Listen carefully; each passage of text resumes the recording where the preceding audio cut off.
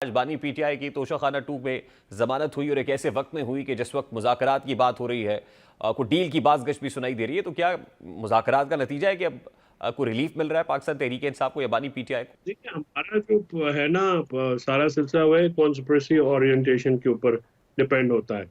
तो उसके ऊपर जो है वो मामला इस तरह से किया जाता है कि हर चीज जो है वो साजिश में जोड़ी जाती है। ये बड़ा सिंपल सा, जो आज बेल होनी है, ये तो बेल बिल्कुल 100% होनी इसलिए थी कि इमरान खान साहब रोशा खंड 2 जिसको केस कहते हैं, उसमें FIA वाला जो केस है, उसमें मेन एक्यूज नहीं है, उसमें मेन एक्यूज बीबी साहब है।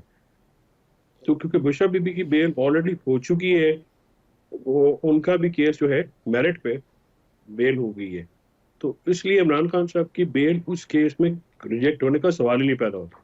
तो रूल ऑफ कंसिस्टेंसी जो होता है वो उसमें ये होता है कि जो मेन एक्यूज की बेल हो जाए, तो फिर जो को एक्यूज है उनकी तो बेल होनी होती है। सो लीगली इट्स खासी वेरी लॉजिकल सिंपल बात है आपकी फैसल चॉइस साहब, लीगल बिल्कुल दुरुस्त फरमा प्रिंसिपल रहे हैं जिसके आप कि ऊपर। उसमें मेन एक्यूज तो बुशरा बीबी थी और जब उनको जमानत मिल गई तो फिर बानी पीटीआई की जमानत तो होनी थी। बिल्कुल, ये बड़ा वैलिड पॉइंट है आपका। तो सर, इसके बाद बरियत तो बानी पीटीआई की अभी नहीं होती हुई नजर आ रही है। आप देख रहे हैं कि 190 मिलियन पाउंड केस है और अल्टीमेटली वहां पर भी जो है वो कंक्लूड तो हो रहा है, लेकिन क्या बरियत होती हुई देखते हैं आप? देखिए, वन जो 90 मिलियन अलकायदा ट्रस्ट केस जो है, तो उसमें बुनियादी तौर पे अगर आप प्रोसिक्यूशन का एविडेंस पढ़े, जिसकी बुनियाद पे हम ये कह रहे हैं कि अब बरियत की जो एप्लीकेशन है उसको डिसाइड करें। प्रोसिक्यूशन के एविडेंस में बहुत झोल है। पहली बात तो ये है कि उसमें government of Pakistan as per prosecution evidence NCA में पार्टी नहीं थी, और वो NCA का जो एग्रीमेंट है मलिक रियाज साहब और उनके दरमियान, तो वो जो अगर आप, और वो पब्लिक गेन का केस इसलिए नहीं है कि वो जो पैसे सुप्रीम कोर्ट के अकाउंट में थे, उसके ऊपर 20-22 अरब रुपए का मुनाफा कमा लिया है पाकिस्तानी हुकूमत ने। तो उसमें तो पब्लिक गेन का केस है, पब्लिक लॉस का तो केस है नहीं। तो इसलिए मैं ये कह रहा हूँ कि जो 190 केस में भी अगर आपको कोई चीजें देखेंगे आप मेरिट्स के ऊपर, तो वो भी एक्विटल का केस है, और वो एक्विटल जो है वो भी हो जाएगी। उसमें जो हमने कोर्ट विटनेस 16 की दरखास्त दी है, जो इन्होंने ड्रॉप की है, कि वो लाएं, आप उनमें से फाइनेंशियल गेन को इस्टेब्लिश करें कि हमने कोई फाइनेंशियल अच्छा गेन फैसल लिया चौधरी है। साहब, इससे भी ये हट के आपने 26 कॉन्स्टिट्यूशनल अमेंडमेंट का ड्राफ्ट तो पढ़ा होगा। उसकी क्लॉज 4 जब हमारी नजर से गुजरी तो हमने देखा कि उसमें तो ये शिक डाल दी गई है कि कैबिनेट या prime minister, obviously prime minister तो कैबिनेट ही है, सुप्रीम कोर्ट के डिसीजन के बाद अगर वो फैसला करती है तो उस फैसले को किसी कोर्ट ऑफ लॉ में या किसी ट्राइब्यूनल के अंदर चैलेंज नहीं किया जा सकता। तो आपको नहीं लगता कि 26 कॉन्स्टिट्यूशनल अमेंडमेंट के अंदर जो ये फैसला हो, ये क्लॉज डाली गई है, उससे तो सीधा सीधा फायदा होता है पाकिस्तान तहरीक इंसाफ को 190 मिलियन पाउंड केस में कि ये कैबिनेट का या प्राइम मिनिस्टर का फैसला था? ये नैब अमेंडमेंट्स जो लॉ है, ये वो किसी और तनाजुर में नैब का जो अपने खुद अमेंडमेंट जो कि सुप्रीम कोर्ट ने रिस्टोर की है, उसके मुताबिक जो है वो ये फायदा होता है। और जो कैबिनेट के डिसीजन है या जो बॉडीज हैं, वो नैब उनकी तहकीकात नहीं कर सकता है। तो 190 मिलियन का क्योंकि कैबिनेट का डिसीजन है, तो इसके ऊपर ही जो हमारे इक्विटल एप्लीकेशन है, बरियत की जो दरख्वास्त है, उसमें मेन ग्राउंड तो हमारा ये भी है, क्योंकि आर्टिकल 5 के तहत तमाम इदारे, तमाम लोग जो हैं वो मुल्क के कानून को जो है किसी को ये तो बड़ा मेजर गुजारा ग्राउंड किसी। होना चाहिए सर। आप देखिए ना, नैब अमेंडमेंट के बाद बहुत सारे लोगों के केसेस माफ हो गए, तो ये तो बड़ा मेजर ग्राउंड होना चाहिए पीटीआई लीगल टीम का कि इसके बाद तो ये केस खड़ा ही नहीं हो सकता। जी, आपका ख्याल है कि इमरान खान के खिलाफ लीगल केसेस हैं? ज़ाहिर है इमरान खान के खिलाफ पॉलिटिकल केसेस हैं। तो पॉलिटिकल बुनियाद पे जो केसेस बनते हैं वो तो पॉलिटिकली रिजॉल्व होंगे ना। वो लीगल बुनियाद पे कोई ABCD का केस तो है नहीं कि तो वो तो फैसल चौधरी साहब, उन्होंने फिर तो ज़ाहिर बात है खत्म हो गई ना। फिर तो देखिए, फिर तो किसी केस के अंदर जमानत होना, तो ये तो कब लीड टू बरियत तो हो ही नहीं सकता कभी भी। 190 मिलियन, वो कहते हैं ना, एक और दरिया का सामना था मुनीर मुझको, मैं एक दरिया के पार उतरा तो मैंने देखा 190 से निकलेंगे तो मिलिट्री कोर्ट ट्रायल तैयार हो जाएगा। तो फिर इसका मतलब यह है कि ब्रीदिंग स्पेस या बरियत तो तब होगी ना कि जब कबूलियत होगी। तो क्या कबूलियत का वक्त है पीटीआई के लिए? देखिए, कबूलियत का वक्त तो ज़ाहिर है अल्लाह ताला के यहाँ पे हर वक्त होता है, और जब कभी किसी को कबूलियत होनी हो वो हो जाएगी। तो लेकिन ये जो दरिया है, अगर कोई एक दरिया की नहीं, हम बहुत सारे दरिया पार कर चुके हैं पिछले 1.5 सालों में। 18 महीने की सीरी है इमरान खान साहब की, एक लंबी सीरी है, एक गैर मैं कहता तो बेबुनियाद और झूठे और लग केसेस में उनको अंदर रखा गया है। बेगम साहब ने 9 महीने की सीरी जो है वो बर्दाश्त की है। तो ये सारे मामला जो है ये हमारी नज़र में है। आप बरियत पे जो है वो कौम फिक्रमंद ना हो। इंशाल्लाह इमरान खान साहब जो है तमाम केसेस में सुरखरू होंगे, नहीं सर, रिहा देखिए होंगे। सुरखरू तो तब होंगे ना, जैसे आपने कहा ये तो पॉलिटिकल केसेस हैं, इसमें तो लीगल ग्राउंड्स की तो आप बात ही नहीं कर रहे। तो क्या पीटीआई की लीगल टीम या बानी पीटीआई कन्विंस्ड है अब कि अगर सुरखरू होना है तो फिर मुज़ाकरात से ही होना है, फिर एस्टैब्लिशमेंट से बातचीत करनी पड़ेगी और वो हो रही है?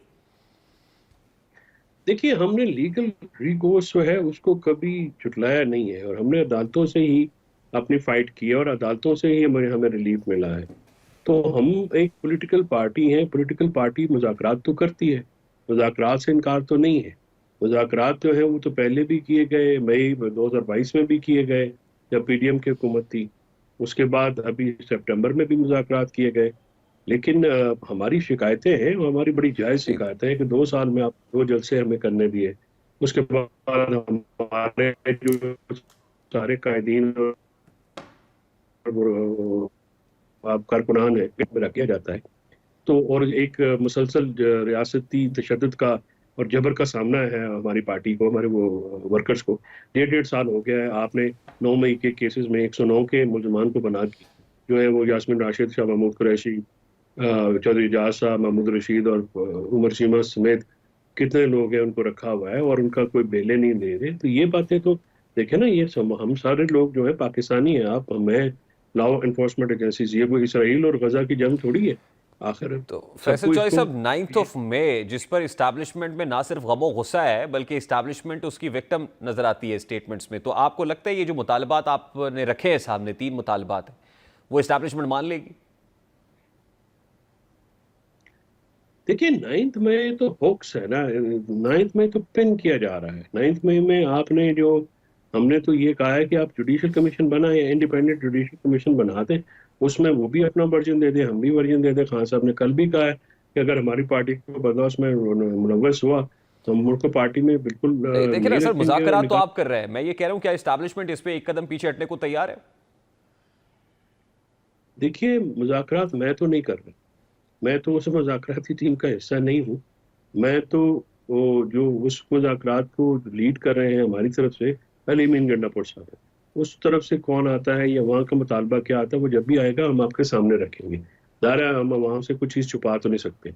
हमारे जो एहतजाज है वो ना मौखर हुआ है ना कैंसिल हुआ है, वो बिल्कुल ऑन है, और परसों से हमारे काफिले पहुंचना शुरू हो जाएंगे नहीं, इंशाल्लाह। और हम गंडापुर एक साहब के भरपूर रवैये एहतजाज। में जो लचक है और रिपोर्ट हो रही है एपेक्स कमेटी इजलास के अंदर उनका एटीट्यूड हो, या फिर बानी पीटीआई से मुलाकात के बाद गुफ्तगू हो, तो उससे तो लगता है कि कहीं ना कहीं शायद गंडापुर साहब ये महसूस कर रहे हैं कि दिस इज़ द टाइम कि जब पीटीआई को के लिए प्रोडक्टिव हो सकते हैं मुज़ाकरात। तो आप भी ऐसा ही महसूस कर रहे हैं कि पीटीआई के लिए ये जो राउंड ऑफ डिस्कशन है या ये वाला जो स्पेल है ये प्रोडक्टिव होने जा रहा है? देखिए, पाकिस्तान के लिए प्रोडक्टिव होना चाहिए। ये बात पीटीआई सेंट्रिक नहीं है, ये इमरान खान सेंट्रिक नहीं है। इमरान खान साहब ने कभी अपनी बात की नहीं। ये पाकिस्तान का मामला है। We may not like the Caesars but we all love Rome more. तो ये पाकिस्तान की बात है। आपका पाकिस्तान है, मेरा पाकिस्तान है, लॉ इन्फोर्समेंट एजेंसीज का पाकिस्तान है, फौज का पाकिस्तान है, सियासी जमातों का ये पाकिस्तान है। तो पाकिस्तान के लिए बात होनी है। पाकिस्तान को आगे लेके जाना है तो पॉलिटिकल रिकोर्स तो करना पड़ेगा ना, एंगेजमेंट तो करनी पड़ेंगी। पाकिस्तान की सबसे बड़ी पॉलिटिकल पार्टी है और सबसे बड़ा लीडर है इमरान खान, जो कि जेल के अंदर से भी इलेक्शन जीता है। सर, उसको गंडापुर आप साहब की आप और इग्नोर। बैरिस्टर गौहर साहब की एक मुलाकात रिपोर्ट हो रही है, और ये बड़ी अहम शख्सियत से मुलाकात बताई जाती है। ये किससे हुई है सर मुलाकात, और इस मुलाकात का एजेंडा क्या था आज सर? मुलाकात आज भी हुई है। नहीं नहीं सर, बैरिस्टर गौहर की और अली मीन गंडापुर साहब की कोई हाई लेवल मुलाकात किसी आला शख्सियत से हुई है, मुज़ाकरात के कॉन्टेक्स्ट में मैं पूछ रहा हूँ। तो इस मुलाकात का एजेंडा क्या है सर, और ये शख्सियत तो हुकूमती है, या दायरा हुकूमत से तो आप मुज़ाकरात नहीं करेंगे? हम तो मुज़ाकरात वो उनसे करेंगे जहाँ पे ताकत का मंबा है। हुकूमत ताकत का मंबा है तो हुकूमत से हो जाएंगे, कोई और ताकत रखता है तो उनसे हो नहीं, जाएंगे। हम तो हुकूमत को तो मुज़ाकरात आप लेजिटिमेट जाहिर। हुकूमत समझते ही नहीं है ना सर। जी। हुकूमत की तो लेजिटिमेसी के ऊपर सवाल है ना, आप तो हुकूमत की लेजिटिमेसी को मानते ही नहीं। हाँ, लेजिटिमेसी को हम, हुकूमत को, ये फॉर्म 47 की हुकूमत है, हम इसकी लेजिटिमेसी को बिल्कुल ही मानते हैं, और हम इस पे इसको तस्लीम करने को भी तैयार नहीं है। और लेकिन ताकत, आपने कहा मुज़ाकरात कहाँ पे होंगे, तो उसका जवाब इमरान खान साहब ने जो दिया है नहीं, ये जो हालिया मैंने वो मुलाकात रिपीट हुई है किया है सर, कि मैं इसका पूछ रहा हूँ, ये मुलाकात किससे हुई है और इस मुलाकात का एजेंडा क्या था, और इस पे कोई ब्रेक थ्रू हुआ है? अभी बता देंगे आपको, जब वक्त आएगा बता देंगे, इतनी जल्दी हमें भी नहीं है। तो सर ये 24 नवंबर से पहले पहले को मामला मैच्योर हो जाएंगे, आपको लगता है, या नहीं निकलना पड़ेगा फिर ही जाके दाल गलेगी? डॉक्टर को मुझे लग रहा है कि इमरान खान साहब की रिहाई की सेलिब्रेशन होंगी उनके, हम उनकी लीड में जो है इंशाल्लाह रिहाई जो है वो 24 से पहले मुझे नजर आ रही है।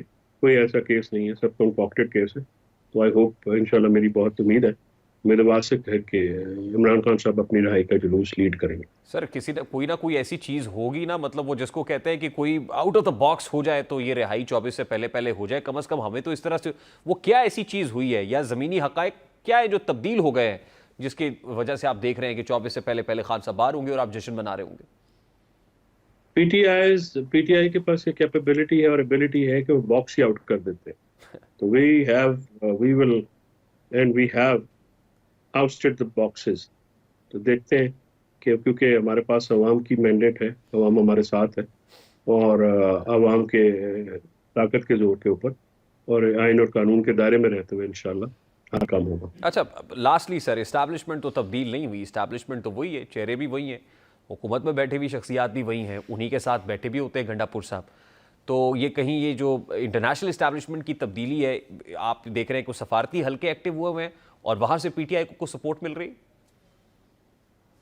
देखिए, मुझे इस बात का तो प्रिवी नहीं हूँ, ना मुझे कोई ऐसी खबर है, ना ही कोई ऐसा कोई इंटरनेशनल डेलीगेशन जो वो नहीं आया है कुछ। देखिए, लेकिन आप इंटरनेशनल, ये जो ग्लोबल विलेज है हमारी दुनिया, इसमें ज़्यादा कोई इंडिपेंडेंट इतना तो होता नहीं है। तो एक मुल्क के हालात दूसरे मुल्क पे, और डेफिनेटली जो सुपर पावर्स हैं उनके जो हालात है वो दूसरी पूरी दुनिया पे असरअंदाज होते हैं। तो पाकिस्तान दुनिया से बाहर तो नहीं है, मैं इसको रूल आउट नहीं करता। मैं समझता हूँ कि इंटरनेशनल सतह के ऊपर जो चेंजिंग्स आई हैं उनका भी कोई ना कोई असर डेफिनेटली यहाँ पे भी लिया जाएगा, और लिया जाना चाहिए। उसकी वजह कि पाकिस्तान दुनिया से कट ऑफ तो नहीं हो सकता, और पाकिस्तान की फाइनेंशियल इंडिपेंडेंस इतनी ज़्यादा नहीं है कि हम बिल्कुल इंडिपेंडेंट होने का, जिस तरह के ये आपने देखा कि हुकूमत जो है वो बौखला के ये बातें कर रही है। तो इस सारे मामलात को आप इंटरनेशनल जो सिनेरियोज बदले हैं दुनिया के पावरफुल कैपिटल्स में, उसको रूल आउट तो नहीं किया जा सकता।